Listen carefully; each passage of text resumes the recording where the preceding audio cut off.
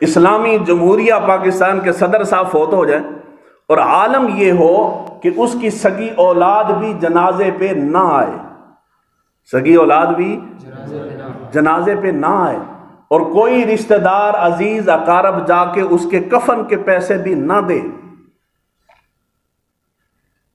صدقات میں سے بیت المال میں سے پیسہ لے کے اس کے کفن دفن کا بندوبست کیا جائے، اور کوئی اس کا جنازہ پڑھانے کو تیار بھی نہ ہو، کسی بندے کو داڑھی والے کو آگے کر کے جنازہ پڑھایا جائے۔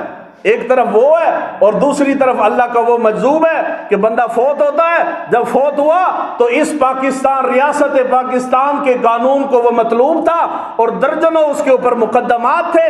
جب فوت ہوا کوئی سرکاری عہدہ بھی نہیں تھا، جب فوت ہوا تو دنیا، ساری دنیا ورطہ حیرت میں گم ہے، وہ اتنی مخلوق نکلی تو کہاں سے نکلی ہے؟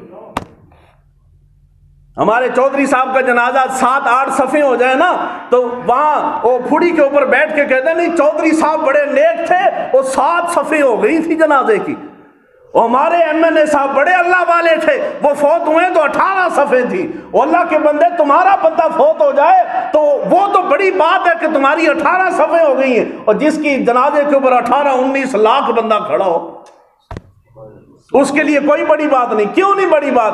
اس لیے کہ اس کو ہم اپنی زبان کے اندر مولوی کہتے ہیں نا۔ اب مولوی کو کیسے کہیں کہ یار اس کے لیے بڑی بات ہے؟ باقی سارے فضائل ہمارے لیے تو ٹھیک ہے، لیکن اگر اللہ کا نیک بندہ ہو تو وہ قبول کرتے ہوئے ہمیں مسئلہ بن جاتا ہے۔ سارے پریشان ہو کئی تو سمجھ گئے ہوں، میں خادم رضوی صاحب کی بات کر رہا ہوں۔ اللہ تعالیٰ یہ عبرت کے مقام جیتی جاگتی دنیا میں ہمیں یہ دکھاتا ہے۔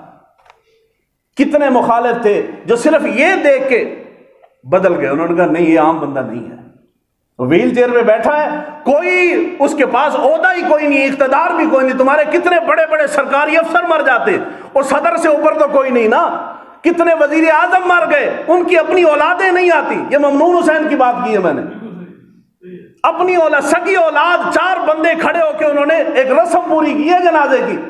تو انسان اللہ کا بندہ بن کے اللہ اور اس کے رسول صلی اللہ علیہ وآلہ وسلم کی دین کے ساتھ وفا کر، رب تمہاری کبھی کمر نہیں لگنے دیتا، اور تو کبھی رب کی خاطر ٹھوکر کھا کے تو دیکھنا اللہ تعالیٰ کتنے گناہ واپس کرتا ہے تمہیں۔ لیکن ہم نے یہ دیکھا کہ نہیں، دین کی خاطر کچھ نہیں کرنا، دنیا کی خاطر اتنا کچھ کیا، اتنا کچھ کر کے پھر آخرت میں کچھ بھی نہیں ملتا۔